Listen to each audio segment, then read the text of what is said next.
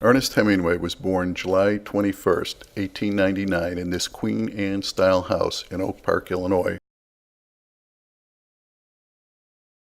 The house was built and owned by his grandfather, Ernest Hall. He was affectionately known as Abba.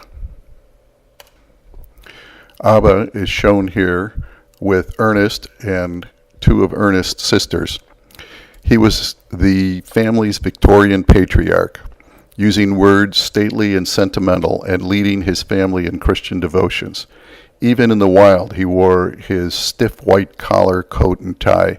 Yet his interest ranged freely. He enjoyed the opera. He was one of the first Oak Parkers to have electricity and a telephone in his home. He told vivid stories to his grandchildren, including Ernest. Here's a picture of Ernest on the far right with his family. He grew up the son of a physician father and a musician mother. For the most part, he accepted his family and community's conservative universe. Little in his youth marked him as a writer whose frequent cynicism and sexual frankness would later dismay many Oak Parkers. He is pictured here with his father, Dr. Clarence Ed Hemingway, and his mother, Grace Hall Hemingway, along with his three sisters. From left to right, Marceline, Madeline, also known as Sonny, and Ursula.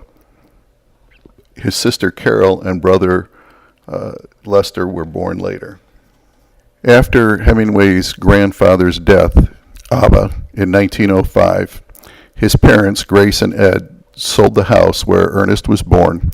They used the money to build this house nearby, less ornate in a rectilinear style. It was more attuned to the 20th century modernism. Behind the middle window in a row of dormers was Ernest's room, where he wrote his first stories. Here is the Memorial Day celebration in 1907 of Ernest and his siblings with their grandfather, Anson Hemingway, in his Civil War uniform. The Hemingways spent large portions of every summer at their cottage on Walloon Lake in Michigan.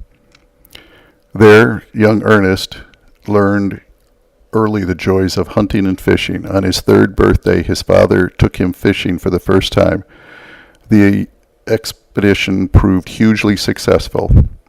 "He knows when he gets a bite," his mother reported afterwards, "and lands them all by himself."